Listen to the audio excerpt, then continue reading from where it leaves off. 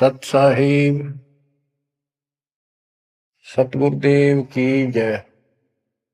बंदी छोड़ कबीर साहिब जी की जय। बंदी छोड़ गरीबदास जी महाराज जी की जय। स्वामी राम देवानंद जी गुरु महाराज जी की जय हो। बच्चों, आपको परमात्मा की अमर कथा, अमर महिमा, सच्चा ज्ञान और सच्ची भक्ति प्राप्त है। इसको सामान्य बात ना समझो। और आप सामान्य आत्मा नहीं हो। लख बर सूरा जूझ ही लख बर सामद दे, लख बर की जहान में तब सतगुरु सुना दे। और परमात्मा की दूसरी रजा ये है कि गरीब गोता मारू स्वर्ग में जा पेटो पाताल, गरीब दास ढूंढता फिरूं अपने हीरे मोती लाल। देखो आपको परमात्मा ने कैसे खोज लिया। ये अपना पिता है, ये अपना सच्चा हमदर्द है।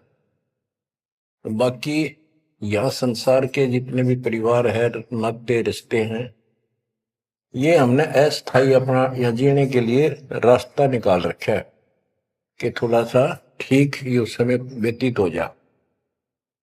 बहुत सी ऐसी परिस्थितियां हैं जिनको देखकर बड़ा दुख होता है सुनकर। इस लोक का कोई भी ऐसा नाता हमारा साथ सदा नहीं देगा। अगर हम माता पिता को अपना समझते हैं, वो भी कभी भी हमारा साथ छोड़ सकते हैं। क्योंकि जिस लोक में जहां मृत्यु है, वह हम किसको साथी माने कि हमारे साथ रह जाएगा। तो हम उनको अपना तो मानते हैं और मानना चाहिए कि हमारे साथ रह रहे, और प्रेम अपने आप हो जाता है। लेकिन इतना ध्यान जरूर रखना कि कभी भी यहां से जाना हो जाएगा। और सब हम नो सेट हो रहे हैं कि अभी नहीं मरेंगे, अभी तो उम्र छोटी है, अभी तो 30 वर्ष के हुए हैं, 40 के हुए हैं, 50 60 70 80 90 के हो लिए, 90 भी न सोचे अभी नहीं मरेंगे। चलो जब भी मालिक की दया होगी वह तो अलग बात है, परंतु इसको याद रखोगे तो आप भक्ति कर पाओगे। नहीं तो भक्ति नहीं बनेगी, मोक्ष वाली नहीं बनेगी। सामान्य भक्ति कर रहे हो, इसका फल तो इतना दे देगा, आपको संसार में नहरें टाल देगा, इतना सुख देगा, इतनी संपत्ति दे देगा। लेकिन वह संपत्ति काम क्या होगी बताओ। जैसे अब्राहिम सुल्तान आदम के कितने ठाठ थे, राजा था, उसको उस संपत्ति जो उसके गले पड़ रही थी, उसकी जान का झाड़ बन गई थी, उसके जीवन को नष्ट कर देता वो ठाठ बाट, उससे मुश्किल से निकाला उस दलदल से। तो बच्चों थोड़ा सा हर पहलू पर ध्यान दो। बच्चों, बिन साहिब की बंदगी कहीं ठोर ठिकाना ना। साहिब कौन? भगवान परमात्मा, सारी सृष्टि का रचनार। वो परमात्मा है कौन? समस्या यहां थी अभी तक, कौन वो सबका सृजनहार है, कौन वो पाप नाशक है, कौन वो संस्कार बदलने वाला भगवान है। अभी तक ये बिल्कुल क्लियर नहीं था, किसी को भी नहीं था, आपके अतिरिक्त अब भी नहीं है। तो बच्चों, ये सब खेल परमात्मा कबीर जी की कृपा है, मेरे गुरुदेव का आशीर्वाद फला। उन्होंने अपने मुख से कहा था कि तेरे बराबर विश्व में कोई संत नहीं होगा। जब दीक्षा देने का अधिकार दिया, उसके बाद भी एक आधी बार मिले, ये शब्द उनके मुख से निकले। अब उस समय दास को संत की परिभाषा का भी ढंग से नहीं पता था। इतना जरूर था, तड़प विशेष थी। और सन 1988 से लेकर 1994 तक 6-7 साल तक माल्य के अतिरिक्त मन में कुछ नहीं था। रात और दिन पागल जैसी स्थिति, पागल जैसी स्थिति नहीं था पर कम भी नहीं था, दिन रात उसी में लगा रहता। कभी ज्ञान समझा आगे बताना, खुद अपनी कैसेट भर भर के उनकी कॉपी करा करा कर भक्तों बांटने लगा, खुद भर के। तो धीरे धीरे हमारा कारवां बढ़ता चला गया। फिर गुरु जी ने पता नहीं क्या देखा, एकदम अचानक मैं लेकर तो गया था अन्य भक्तों को समझा बुझा के दीक्षा दिलाने, जैसे पहले भी बहुतों को दिलाई थी, ऐसे ही रूटीन में। अचानक ही उन्होंने आशीर्वाद दिया कि आज के बाद तू नाम देगा और तय ही इनका गुरु होगा। अपने जो पहले वाले थे उनको भी वहीं बैठे थे, वो सबको बोल दिया, बहुत सारे थे वहां पर, आज के बाद ये तुम्हारा गुरु, मैं किसी का गुरु नहीं हूं, दीक्षा लेनी है इससे ले लो। मैं तो पसीना पसीना हो गया। मैंने सोचा कोई गलती बन गई होगी और किसी ने चुगली मार दी कि ये आप पे गुरु बन रहा है। मैं बहुत कमजोर आदमी था, मेरी स्थिति कुछ और तरह की होगी। तब उन्होंने सोची, ये घबरा गया कोई, तो बोले मैं तेरे साथ रहूंगा, अकेला मत समझना, और इनको दीक्षा दे। तो थोड़ी हिम्मत सी हुई कि बात दूसरी टाइप की नहीं है, सच्चे दिल से आदेश है। उसके बाद से दास शिष्य सेवा में लगा, प्रचार किया, संघर्ष भी जबरदस्त करना पड़ा। शक्ति आशीर्वाद गुरुदेव का, शक्ति भगवान की, इनके कारण आज तक दास जिंदा है और आज भी उस मालिक के गुण गा रहा है। नहीं तो ब्रह्मा विष्णु महेश के और काल के विरुद्ध बोलना, जुबान बंद कर देंगे। एक भूत सारे परिवार की घी बांध देता है, ये तो परम शक्ति है। लेकिन इन परम शक्तियों से भी परम शक्ति हमारे साथ है। तो बच्चों, उस शक्ति का, उस परम पिता परमात्मा का ज्ञान, उसकी पहचान अब हुई है। एक तो वेद, जैसे कबीर साहब ने पहले से लिखी हुई है, आज कोई नई नहीं बनाई। धर्मदास जी से कहा करते थे कि धर्मदास वेद कतेब झूठे नहीं भाई, झूठे हैं जो समझे नहीं, और वेद मेरा भेद है, मैं ना वेदन के माही, जौन वेद से मैं मिलो वो वेद जानते नहीं। कहने का उनका तात्पर्य था कि वेद, चारों वेद मेरी महिमा बताते हैं, लेकिन उन वेदों में वर्णित विधि से मेरी प्राप्ति नहीं है। वो तो मैं अपना हंस भेजूंगा 5505 वर्ष जब कलयुग बीत जाएगा, उसके बाद इसको डिस्क्लोज किया जाएगा। तय भी इसको गुप्त रखना, किसी को बताना नहीं। अब परमेश्वर कबीर जी के मृदा से, सभी ग्रंथों से, वेदों से, गीता से, कुरान और पुराण से सिद्ध कर दिया है कि ये काशी वाला दुल्हा, ये वो परमात्मा है जो सारी सृष्टि का रचनहार, हमारा सच्चा साथी, हमारे दुखों का निवारण करने वाला, हमारी रक्षा करने वाला।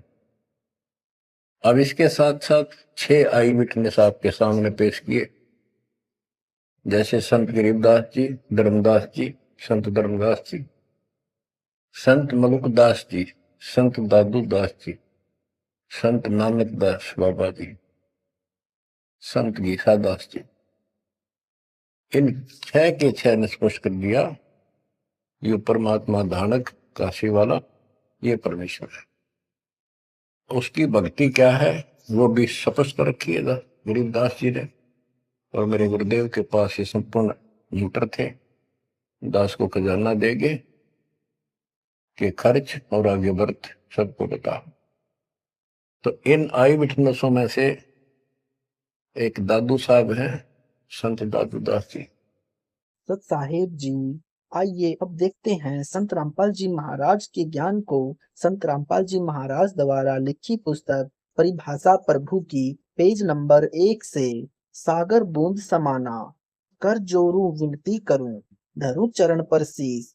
गुरु राम देवानंद जी महाराज ने दिया नाम बख्शीस। गरीब सतवादी सब संत हैं, आप आपने धाम। आजिज की अरदास है सकल संत प्रणाम। इस पवित्र पुस्तक परिभाषा प्रभु की रचना करते समय यह ध्यान विशेष दिया गया है कि किसी भी भक्तात्मा को ठेस न पहुंचे, परंतु फिर भी कुछ ऐसी कड़वी सच्चाई है जो आवश्यक हो गई कि भक्त समाज को दवाई के रूप में दी जाए। जैसे रोगी को कड़वी गोलियां कैप्सूल पीने की दवाई उसके हित के लिए दी जाती है तथा रोगी न चाहते हुए भी खाता है, जिससे वह स्वस्थ होकर अपने जीवन की रक्षा कर लेता है। ठीक इसी प्रकार इस पुस्तक में वह प्रमाणित तथ्य है जो प्रत्येक भगवत प्रेमी को स्वीकार्य होंगे। फिर यह भक्त समाज यानी चाहे किसी भी धर्म से संबंधित है, अपने आप को धन्य मानेगा कि मुझे वह जड़ी यानी दवाई मिल गई है जिसकी तलाश युगों से थी। इस पुस्तक को पढ़ते समय यह भूल जाना कि मैं किस धर्म से संबंधित हूँ तथा जो ज्ञान मेरे धार्मिक गुरु यानी पीर ने बताया है वह श्रेष्ठ है, क्योंकि हम एक पिता की संतान हैं। उत्तम तथा अनुत्तम का निर्णय जीव नहीं कर सकता, उसके लिए शास्त्र ही प्रमाण है। इस पुस्तक में सर्व जानकारी तथा पूज्य प्रमाणित शास्त्रों पर आधारित है। प्रभु का अर्थ है स्वामी अर्थात मालिक। इसी को साहिब, पुरुष, राम, देव, भगवान, अल्लाह, खुदा, रब, ईश आदि नामों से जाना जाता है। यह कैसा है, कहाँ है, किसने देखा है, कैसे मिलता है, यह प्रश्नवाचक चिन्ह किसी भी अभी तक पूर्ण रूप से नहीं हट पाया।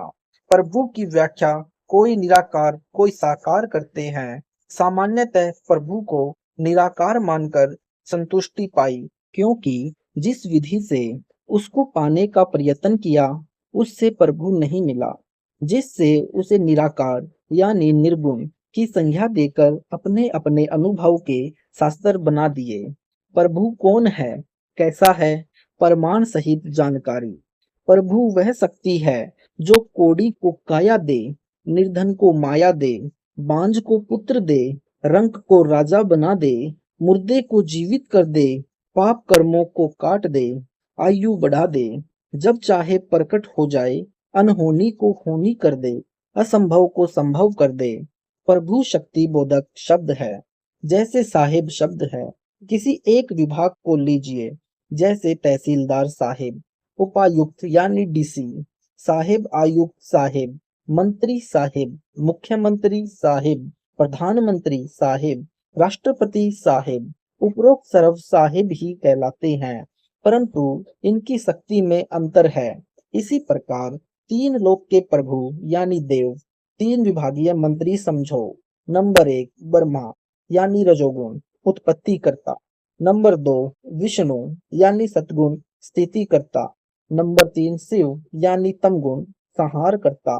ये एक ब्रह्मांड में कर्माधार पर यानी संस्कारवश जन्म पालन तथा संहार का कार्य करते हैं।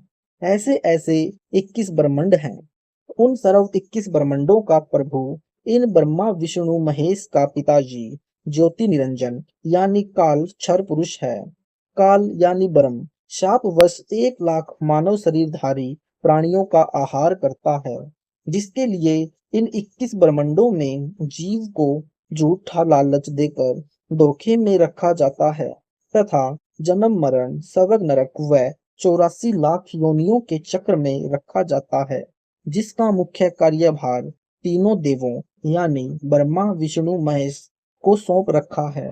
इन्हीं तीनों देवों में से अवतार शक्ति आकर मृतलोक में दुष्टों का संहार करती है, जैसे भगवान रामचंद्र तथा भगवान श्री कृष्णचंद्र तथा हजरत ईसा मसीह जी, हजरत मूसा जी विष्णु अवतार थे, हजरत आदम जी ब्रह्मा के अवतार थे, हजरत मोहम्मद जी शंकर जी के अवतार आए थे। ये सर्व शक्तियां एक ब्रह्मांड की व्यवस्थापक हैं। ये शक्तियां प्राणी की आयु को या कर्म फल को कम या अधिक नहीं कर सकती तथा स्वयं भी जन्म मरण के चक्र में है। भगवान ब्रह्मा जी की आयु 100 वर्ष है, विष्णु जी की आयु ब्रह्मा जी से 7 गुना अधिक है तथा शिव जी की आयु श्री विष्णु जी से 7 गुना अधिक है। फिर भी मृत्यु निश्चित है। इन तीनों भगवानों की माता प्रकृति देवी यानी दुर्गा है, जिसकी 8 भुजाएं हैं, तथा पिता काल यानी ब्रह्म है, जिसे शरपुरुष व ज्योति निरंजन आदि नामों से जाना जाता है। प्रमाण के लिए देखें सृष्टि रचना इसी पुस्तक के पृष्ठ नंबर 93 पर तथा सौदागर को संकेत इसी पुस्तक के पृष्ठ नंबर 538 पर। श्री शिव महापुराण तथा श्री देवी भागवत महापुराण, ब्रह्मा महापुराण का उल्लेख तथा गीता जी के श्लोक व अथर्ववेद का कांड नंबर 4 अनुवाक नंबर 1 पूरा तथा ऋग्वेद मंडल नंबर 10 सूक्त नंबर 90 पूरा। यह ज्योति निरंजन यानी काल 21 ब्रह्मांड का प्रभु है, जिसके राज्य में 5 महाब्रह्मांड हैं, जिनमें से 4 महाब्रह्मांडों में 5-5 ब्रह्मांड हैं तथा एक महाब्रह्मांड में काल भगवान स्वयं रहता है। एक ब्रह्मांड में एक ब्रह्मा, एक विष्णु तथा एक शंकर है। 20 ब्रह्मांडों में 20 ब्रह्मा, 20 विष्णु तथा 20 शंकर हुए तथा एक महाब्रह्मांड में स्वयं काल रहता है। जहाँ पर एक तक्षशिला है, उस पर 1 लाख मानव शरीरधारी प्राणियों को गर्म करके पिघलाकर तरल पदार्थ जो सूक्ष्म शरीर पर लेप होता है निकाल कर खाता है। वहां पर यह ज्योति निरंजन यानी काल भगवान आकार में है, परंतु 20 ब्रह्मांडों में कभी आकार में नहीं आता। यह इसका अटल घटिया नियम है, क्योंकि इसने गुप्त रूप में रहकर 1 लाख प्राणियों का आहार करना होता है। इसलिए इसने प्रण किया है कि मैं किसी भी कीमत पर सबके सामने व्यक्ति रूप में नहीं आऊंगा, अर्थात आकार में नहीं आऊंगा। यानी प्रमाण के लिए देखें गीता अध्याय नंबर 7 का श्लोक नंबर 24 से 25 तथा न ही कोई भी साधक वेदों में वर्णित विधि से, न किसी तप से, न जप से, न किसी क्रिया से मुझे प्राप्त कर सकता। प्रमाण के लिए देखें गीता के अध्याय नंबर 11 श्लोक नंबर 47, 48, 53, 54। यह स्वयं काल यानी ब्रह्म सर्व प्राणियों को खाता है, ऋषि हो चाहे देवता तथा सिद्धि या फिर इसके ही पुत्र ब्रह्मा विष्णु महेश सभी को खाता है। प्रमाण के लिए गीता अध्याय नंबर 11 श्लोक नंबर 20, 21 तथा 32, 46 इसी काल ब्रह्म की 1000 भुजाएं हैं। यानी काल का प्रमाण शिव महापुराण, देवी भागवत महापुराण, ब्रह्मा महापुराण, संक्षिप्त महाभारत, श्री सुधा सागर इसी पुस्तक के पृष्ठ नंबर 119 से 127 तक। इसी काल भगवान ने प्रत्येक ब्रह्मांड में एक एक ब्रह्मा लोक बनाया। Page number 4। उसमें 3 स्थान बनाए हैं। उसने अपनी पत्नी प्रकृति देवी यानी दुर्गा के साथ महाब्रह्मा, महाविष्णु, महाशिव 3 रूपों में रहता है। साथ में दुर्गा के भी 3 रूप बनाकर महासावित्री यानी महाब्रह्माणी, महालक्ष्मी, महाशिवा अर्थात पार्वती को अपने साथ रखता है। उन तीनों स्थानों का वातावरण भिन्न भिन्न बनाया है। एक स्थान रजोगुण प्रधान है। जब यह काल उस स्थान पर रहता है, उस समय रजोगुण प्रभावित होकर पुत्र की उत्पत्ति करता है। उसका नाम ब्रह्मा रखता है। उसे अपनी शक्ति से अचेत रखता है। जब वह जवान हो जाता है, तब यह काल महाविष्णु रूप धारण करके अपनी नाभि से एक कमल का फूल उत्पन्न करता है। उस पर ब्रह्मा को बैठा देता है, फिर चेत कर देता है। फिर प्रकृति देवी यानी दुर्गा को साथ लेकर एक सतोगुण प्रधान क्षेत्र का निर्माण उसी ब्रह्मलोक में किया। वहां रहकर जो पुत्र उत्पन्न करता है वह सतोगुण प्रधान होता है। उसका नाम विष्णु रखता है। जब वह बालकपन में होता है, इसे भी अचेत करके शेष शैया पर डाल देता है। फिर जवान होने पर चेत कर देता है। फिर उसी ब्रह्मलोक में तमोगुण प्रधान क्षेत्र कैलाश पर्वत पर बनाया है। वहां अपनी पत्नी प्रकृति देवी के साथ रमण करके पुत्र उत्पन्न करता है। उसका नाम शिव यानी रुद्र रखता है। इसे भी कैलाश पर्वत पर अचेत रखता है तथा जवान होने पर चेत कर देता है। फिर तीनों को चेत करके एक स्थान पर एकत्रित कर देता है। प्रकृति यानी दुर्गा के माध्यम से इनके द्वारा सर्व कार्य सृष्टि, स्थिति व संहार करवाता है। प्रकृति गुप्त रूप से ही अपने 3 रूप बनाकर सागर में छुप जाती है, फिर सागर मंथन के समय निकलती है। तब तीनों के साथ सावित्री की ब्रह्मा के साथ, लक्ष्मी की विष्णु के साथ तथा पार्वती की शिव के साथ शादी होती है तथा काल यानी ब्रह्म सृष्टि प्रारंभ होती है। इस काल यानी ब्रह्मशर पुरुष से ऊपर शक्ति पर ब्रह्म अर्थात अक्षर पुरुष है, जिसके 7 संख ब्रह्मांड है। यह भी वास्तव में अविनाशी नहीं है, परंतु काल यानी ब्रह्म अर्थात क्षर पुरुष से अधिक स्थायी है। यह प्राणियों को नहीं खाता। इन दोनों से ऊपर शक्ति अर्थात कुल मालिक वास्तविक प्रभु पूर्ण ब्रह्म यानी सतपुरुष नि अक्षर पुरुष कबीर साहिब यानी कबीर देव है, जो असंख्य ब्रह्मांडों के प्रभु अर्थात कुल स्वामी है। यह वह प्रभु है जिसमें वह सर्व समर्थता है, जो पहले वर्णन कर चुके हैं। अन्य परब्रह्म ब्रह्म तथा ब्रह्मा विष्णु शिव में नहीं है। सभी भगवानों के कुछ गुण तो मिलते जुलते होते हैं, क्योंकि वे भी कुछ शक्ति युक्त हैं, परंतु सर्वशक्ति युक्त अर्थात सर्वशक्तिमान प्रभु अर्थात पूर्ण ब्रह्म यानी सत्य पुरुष कबीर साहिब यानी कबीर देव है, जो सतलोक में रहते हैं तथा अपना ही अन्य रूप बनाकर ऊपर के 3 लोकों यानी अलखलोक, अगमलोक, अनामी लोक में विराजमान है। कुल के मालिक कबीर साहिब हैं।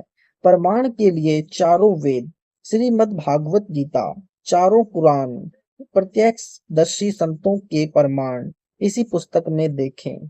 भगवान रामचंद्र जी के पिता श्री राजा दशरथ उन्हीं के वियोग में प्राण त्याग गए।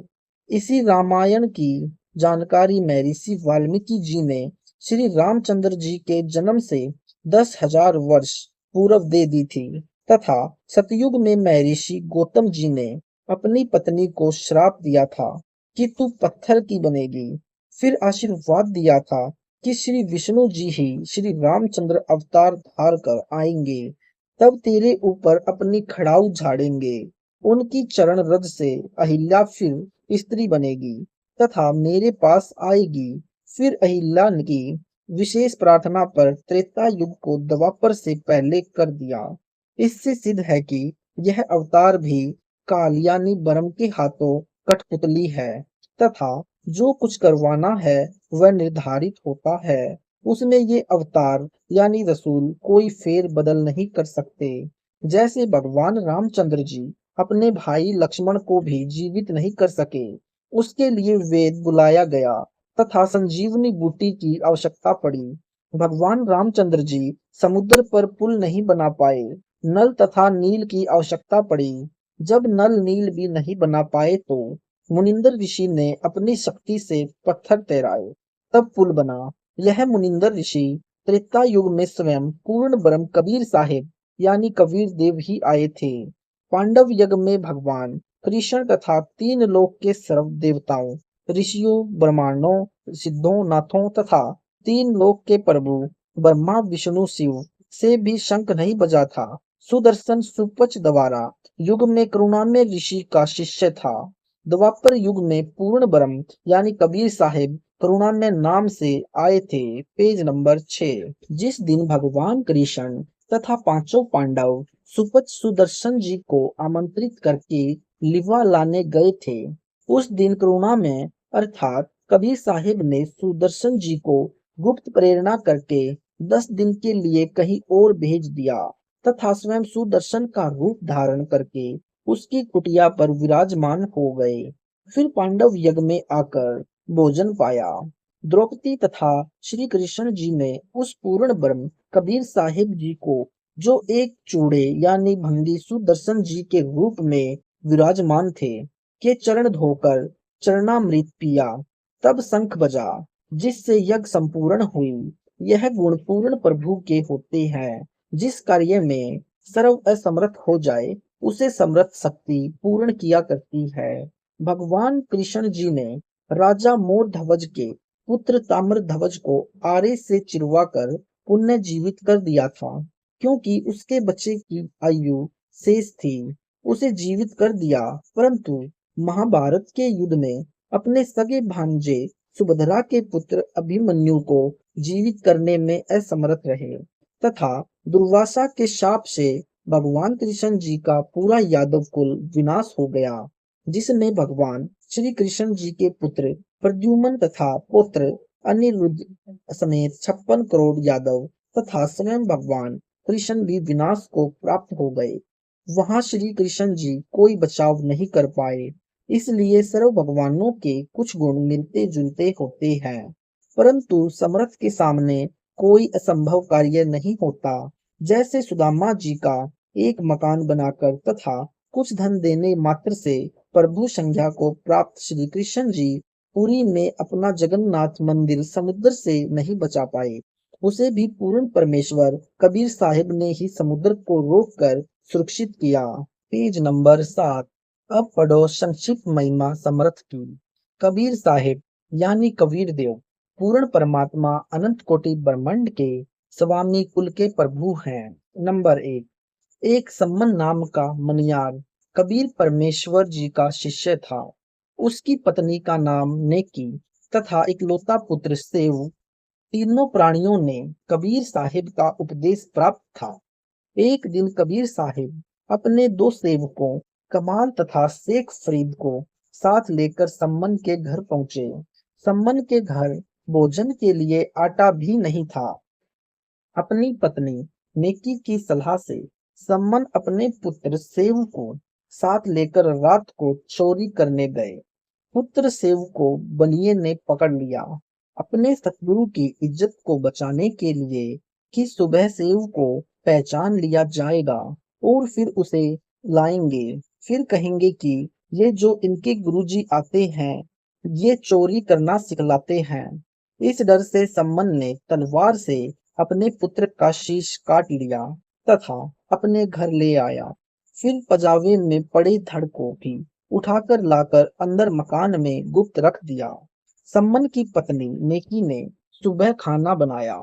सतगुरु कबीर साहिब तथा भक्तों यानी शेख फरीद तथा कमाल को परोस दिया। तब कबीर साहिब ने 6 मिट्टी के दोनों यानी बर्तनों में भोजन को डलवाया। फिर आवाज लगाई कि बेटा सेव आओ भोजन पाओ। उसी समय सेव के धड़ पर शीश जुड़ गया और जीवित होकर पंगत में बैठकर भोजन खाने लगा। गर्दन पर निशान भी नहीं था। माता पिता असमंजस में पड़ जाते हैं कि यह वही सेव है या कोई और है। मकान के अंदर जाकर देखा तो वहां सब यानी धड़ तथा शिव नहीं, वही लड़का जीवित होकर सामने विराजमान था। बोलो सतगुरु देव की जय। सत साहिब यहाँ ब्रह्मणा पैदा हो सकती है कि सेव भी आयु बकाया होगी, इसलिए कबीर साहिब ने जीवित कर दिया। नंबर 2। दिल्ली के बादशाह सिकंदर लोधी का एक शेख तकी नामक धार्मिक गुरु था। उसकी पुत्री 12 वर्ष की आयु की होकर मृत्यु को प्राप्त हो चुकी थी। Page number 8। कब्र में दबा दी। शेख तकी के भ्रम को मिटाने के लिए बादशाह सिकंदर लोधी की प्रार्थना पर कबीर साहिब ने कई दिन की मृत लड़की की कब्र खुदवाकर हजारों दर्शकों के सामने जीवित कर दी। उस लड़की का नाम कमाली रखा तथा अपनी बेटी के रूप में अपने साथ रखा, भक्ति तथा मुक्ति दी। नंबर 3। दिल्ली के राजा सिकंदर लोधी ने स्वामी रामानंद जी की गर्दन को काट दिया था। कबीर परमेश्वर यानी कबीर देव ने सिकंदर राजा का व काशी नवाब वीर सिंह बघेल के सामने जीवित किया। नंबर 4।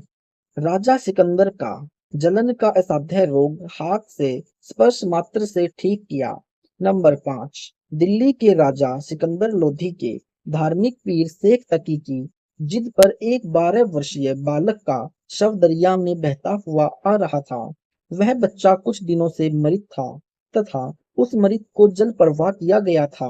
उसे जीवित किया तथा उसका नाम कमाल रखा, अपने पुत्र के रूप में रखा। नंबर 6।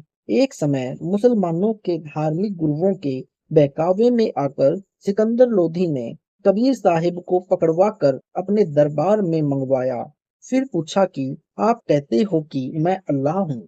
कबीर साहिब ने कहा कि मैं अल्लाह हूँ, मैं ही सारी सृष्टि का रचनहार हूँ। जो आपकी कुरानों में कबीर नाम है, जिसे तुम अल्लाह अकबर कहते हो, मैं वही कबीर हूँ। राजा सिकंदर ने एक गऊ को तलवार से कटवा दिया, जो गर्भवती थी। बच्चे और गऊ के 4 टुकड़े हो गए। तब सिकंदर ने कहा, यदि तू अल्लाह है तो इस गाय को जीवित कर दे, नहीं तो तेरी गर्दन तलवार से काट दूंगा। कबीर साहिब ने दोनों गऊ तथा बच्चे को हाथ के स्पर्श मात्र से जीवित कर दिया। सिकंदर लोधी राजा ने कबीर साहिब को पालकियों में बैठाकर आदर के साथ घर भिजवाया तथा अपनी नादानी के लिए क्षमा याचना की। नंबर 7, सिकंदर लोधी के धार्मिक पीर शेख तकी के द्वारा कबीर साहिब को उबलते हुए सरसों के तेल के कड़ाहे में मारने के उद्देश्य से डाला गया, परंतु अविनाशी को कौन मार सकता है। सकुशल बैठे रहे। सिकंदर राजा ने तेल को परीक्षण यानी चेक करने के लिए कि कहीं यह ठंडा तो नहीं है, उंगली डाली थी। जितनी उंगली तेल में डूबी थी, उतनी ही कटकर तेल में डूंडी नहीं मिली। कबीर साहिब बाहर आए, बेहोश राजा को चेत किया तथा कटी हुई उंगली पूरी की। नंबर 8, एक दिन शेख तकी ने कबीर साहिब को एक कुएं में डलवाकर ऊपर से कांटेदार झाड़ियां, ईंट पत्थर गारा, गोबर से भरवा दिया तथा सिकंदर लोधी को बताने शेख तकी तथा बहुत सारे हिंदू तथा मुसलमान जाते हैं कि आज कबीर का काम तमाम कर दिया। वह कुएं में गारा मिट्टी के नीचे दबकर मर गया है। देखा तो कबीर पूर्ण परमेश्वर राजा सिकंदर के एक कमरे में आराम से बैठे हैं। सिकंदर लोधी ने बताया कि यह पूर्ण ब्रह्म कबीर है, यह तो यहीं बैठे थे, कहीं गए ही नहीं। कबीर साहिब राजा सिकंदर के मकान पर विराजमान पाए। ऐसे अनेक प्रमाणों से यह पुस्तक भरी हुई है। भगवान आकार में है तथा मानव शरीर में स्वयं कबीर जुलाहा यानी धानक यहाँ पृथ्वी लोक पर भी तथा सतलोक में भी रहता है। प्रत्यक्षदर्शी। नंबर 1, स्वामी रामानंद जी काशी वाले। इन्होंने कबीर साहिब की कृपा से कबीर साहिब को सतलोक में तेजोमय रूप में देखा तथा फिर बहु तेजोमय रूप 5 वर्षीय बालक कबीर साहिब के स्वरूप में समा गए तथा कबीर साहिब सतलोक में पूर्ण परमात्मा के सिंहासन पर विराजमान है तथा यहाँ मृतलोक में रामानंद जी के सामने भी विराजमान है। फिर स्वामी रामानंद जी ने कहा कि आप पूर्ण परमात्मा हो, आप यहाँ तथा वहाँ सतलोक में दोनों जगह हो। आप कबीर करतार ही सर्व ब्रह्मंडों के रचनहार तथा सर्वव्यापक हो। सर्व जनों को बताया कि यह कबीर जुलाहा ही सतपुरुष है। दोहू ठोर है एक तू, बया एक से दोए, गरीब दास हम कारणे, आए हो मग जोए। बोलत रामानंद जी सुन कबर करतार, गरीब दास सब रूप में तुम ही बोलनहार। तुम साहिब तुम संत हो, तुम सतगुरु तुम हंस, गरीब दास तुम रूप बिना और न दूजा अंश। यानी विशेष जानकारी के लिए पढ़ें पृष्ठ नंबर 212 पर, पेज नंबर 10। नंबर 2, श्री धनी धर्मदास जी बांधवगढ़ वाले ने प्रत्यक्ष अपनी आंखों देखा। साहिब कबीर सेठ धर्मदास का संशय निवारण करने के लिए रामानंद जी की तरह धर्मदास जी की आत्मा को सतलोक ले गए, फिर वापिस लाकर शरीर में प्रवेश किया। तब धर्मदास जी ने बताया कि पूर्ण परमात्मा यह कबीर जुलाहा यानी धानक है, सर्व ब्रह्मंडों का रचनहार, सर्व सुखदायक, पाप विनाशक पूर्ण ब्रह्म है तथा मानव रूप में सतलोक में भी है। शब्द। आज मोहित दर्शन दियो जी कबीर, सतलोक से चलकर आए, काटन जम की जंजीर। हारे दर्शन से म्हारे पाप कटत है, निर्मल होवे जी शरीर। अमृत भोजन म्हारे सतगुरु जी ने, शब्द दूध की खीर। हिंदू के तुम देव कहाए, मुसलमान के पीर। दोनों दीन का झगड़ा छिड़ गया, टोहा ना पाया शरीर। धर्मदास की अर्ज गोसाई, बेड़ा लगाइयो पर ले तीर। यानी विशेष जानकारी के लिए पढ़े पृष्ठ नंबर 243 पर। नंबर 3, श्री नानक जी यानी तलवंडी वाले सुल्तानपुर के पास बेई नदी में स्नान करने गए। वहां पर दरिया में गोता लगाया, वहां से कबीर परमात्मा सतलोक में ले गए। फिर तीसरे दिन आत्मा को वापिस शरीर में लाकर छोड़ दिया तथा कहा कि यदि पूर्ण मुक्ति चाहिए तो मेरे पास बनारस यानी काशी में आना, आपको सत्य नाम दूंगा। उससे आप यानी श्री नानक का जन्म मरण मिटेगा तथा काल जाल से छुटकारा होगा। श्री नानक जी उसी समय सुल्तानपुर के नवाब की मोदी खाने की नौकरी त्याग कर काशी गए। वहां पर उसी कबीर परमेश्वर को देखा जो सचखंड लेकर गया था तथा सचखंड में भी वही सूरत यानी रूप थी तथा यहाँ पृथ्वी लोक में धानक रूप में वही परमात्मा बैठा है। तब कहा था, प्रमाण के लिए गुरु ग्रंथ साहिब पृष्ठ नंबर 24 राग सीरी महला पहला पौड़ी नंबर 29 से कुछ अंश। फाई सूरत मुलक्की वेश ई ठगीवाड़ा ठगी देश खरा सियाना बहुते भाग धानक रूप रहा करतार। नानक नीच कह विचार धानक रूप रहा करतार। प्रमाण के लिए विशेष जानकारी के लिए पढ़े पृष्ठ नंबर 280 पर। नंबर 4 श्री दादू दास जी को कबीर साहिब मिले। जब दादू जी 7 वर्ष के थे, दादू जी को बूढ़ा बाबा के रूप में सतलोक से आकर पान यानी पानी पिलाकर दीक्षा दी। श्री दादू जी 3 दिन 3 रात्रि तक अचेत रहे थे। कबीर साहिब श्री दादू जी की आत्मा को सतलोक ले गए तथा वहां से आकर श्री दादू जी ने बताया कि कबीर जुलाहा यानी धानक काशी वाला ही सतपुरुष पूर्ण परमात्मा है, यही काल से जीव को बचा सकता है। जिन मोको निज नाम दिया सोई सतगुरु हमार, दादू दूसरा कोई नहीं कबीर सिरजनहार। दादू नाम कबीर की जे कोई लेवे ओट, उनको कभू लागे नहीं काल वज्र की चोट। दादू नाम कबीर का सुनकर कांपे काल, नाम भरोसे जो नर चले होवे न बाका बाल। जो शरण कबीर के तर गए अनंत अपार, दादू गुण की ता कहे कहत न आवे पार। कबीर करता आप हैं दूजा नाही कोय, दादू पूरन जगत को भक्ति दृढ़ावन सोए। ठेका पूरन होए जब सब कोई तजे शरीर, दादू काल गंजे नहीं जपे जो नाम कबीर। आदम की आयु घटे तब यम घेरे आए, सुमिरन किया कबीर का दादू लिया बचाए। मेटी दिया अपराध सब आए मिले क्षमा, दादू संग ले चले कबीर चरण की छां। सेवक देव निज चरण का दादू अपना जान, बरंगी सत्य कबीर ने किन्हा आप समान। दादू अंतर्गत सदा छिन छिन सुमिरन ध्यान, वारू नाम कबीर पर पल पल मेरा प्राण।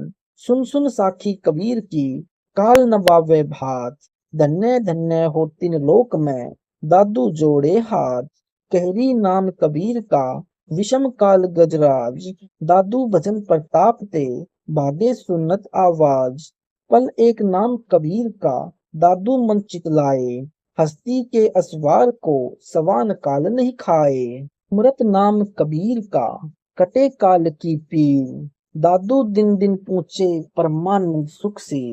दादू नाम कबीर की जे कोई लेवे ओट, तिनको कबू न ला गई काल वज्र की चोट। और संत सब कूप है केते सरिता नीर, दादू अगम अपार है दरिया सत्य कबीर।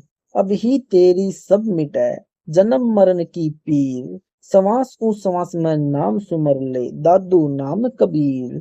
कोई सुरगन में रीझ रहा कोई निर्गुण ठहराए, दादू गति कबीर की मोते कही न जाए। दादू नाम कबीर का सुन के कांपे काल, नाम भरोसे नर चले बंक न भोवे बाल। जिन मोह को निज नाम दिया सतगुरु सोई हमार, दादू दूसर कौन है कबीर सिरजनहार। नंबर 5 श्री संत मुलुकदास जी ने कबीर साहिब को सतलोक में देखा। मुलुकदास जी को कबीर साहिब अपने सतलोक लेकर गए, फिर वापिस शरीर में लाकर छोड़ दिया। उसके बाद मलुकदास जी ने बताया कि सर्व मालिक कबीर साहिब काशी वाला जुलाहा यानी दानक ही है, यही सर्व सृष्टि का रचनहार है। सत साहिब जी, वीडियो अच्छा लगा हो तो वीडियो को लाइक करें, शेयर करें, कमेंट करें और हमारे चैनल को सब्सक्राइब करना न भूलें। सत साहिब जी, मिलते हैं अगली वीडियो में।